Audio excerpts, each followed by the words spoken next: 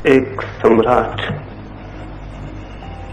एक दिन सुबह अपने बगीचे में निकला।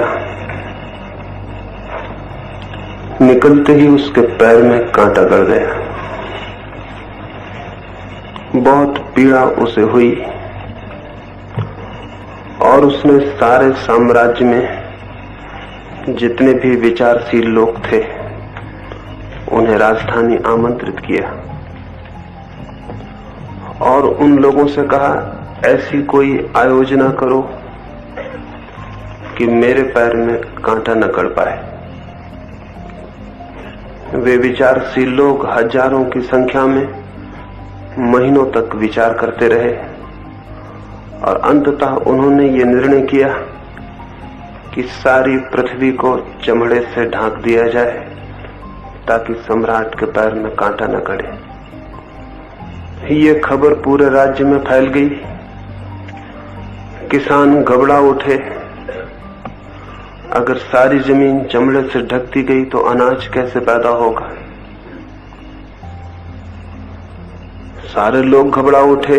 राजा के पैर में कांटा न गड़े, कहीं इसके पहले सारी मनुष्य जाति की हत्या तो नहीं कर दी जाएगी, क्योंकि सारी जमीन ढक जाएगी तो जीवन असंभव हो जाए। लाखों लोगों ने राजमहल के द्वार पर प्रार्थना की और राजा को कहा, ऐसा न करें, कोई और उपाय खोजें। विद्वान फिर बुलाए गए और उन्होंने कहा, तब दूसरा उपाय यह है कि पृथ्वी से सारी धूल अलग कर दी जाए, कांटे अलग कर दिए जाएं ताकि आपको कोई तकलीफ ना हो। कांटों की सफाई का आयोजन हुआ। लाखों मजदूर राजधानी के आसपास झाड़ुएं लेकर रास्तों को, पथों को, खेतों को कांटों से मुक्त करने लगे। धूल के बवंडर उठे, आकाश धूल से भर गया। लाखों लोग सफाई कर रहे थे। एक भी कांटे को पृथ्वी पर बचने नहीं देना था। धूल नहीं बचने देनी थी ताकि राजा को कोई तकलीफ ना हो, उसके कपड़े भी खराब ना हो, कांटे भी ना गड़े। हजारों लोग बीमार पड़ गए, इतनी धूल उड़ी। कुछ लोग बेहोश हो गए क्योंकि 24 घंटा अखंड धूल उड़ाने का क्रम चलता था। धूल वापस बैठ जाती थी, इसलिए क्रम बंद भी नहीं किया जा सकता था। सारी प्रजा में घबराहट फैल गई। लोगों ने राजा से प्रार्थना की, ये क्या पागलपन हो रहा है। इतनी धूल उठा दी गई है कि हमारा जीना दूभर हो गया, सांस लेना मुश्किल है। कृपा करके ये धूल के बादल वापस बिठाए जाएं, कोई और रास्ता खोजा जाए। फिर हजारों मजदूरों को कहा गया कि वे जाके पानी भरें और सारी पृथ्वी को सींचें। नदी और तालाब सूख गए। लाखों भिस्तियों ने सारी राजधानी को, राजधानी के आसपास की भूमि को पानी से सींचा। कीचड़ मच गई, गरीबों के झोपड़े बह गए, बहुत मुसीबत खड़ी हो गई। फिर राजा से प्रार्थना की गई कि ये क्या हो रहा है, क्या आप हमें जीने न देंगे? क्या आपके पैर में एक कांटा लगता है तो हम सबका जीवन मुश्किल हो जाएगा?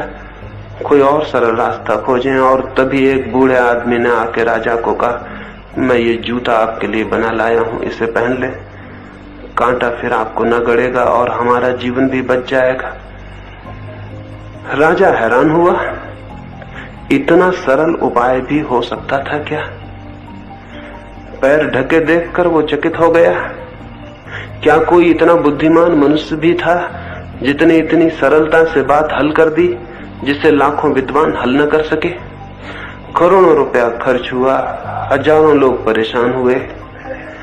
इतनी सरल बात थी और सारे पंडित, सारे विद्वान क्रोध और ईर्ष्या से भर गए। ये बूढ़ा आदमी खतरनाक था।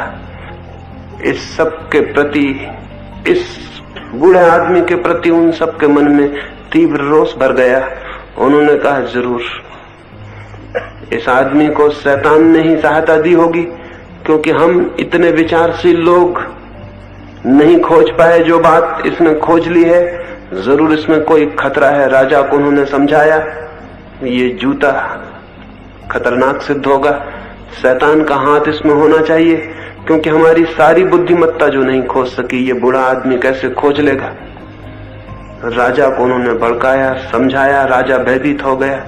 उस बूढ़े आदमी को सूली दे दी गई। वो पहला समझदार आदमी सूली पे चढ़ा। और उसके बाद जितने लोगों ने ये सलाह दी है कि कृपा करें, पृथ्वी को परेशान न करें, अपने पैर ढक लें, उन सभी को सूली दी जाती रही।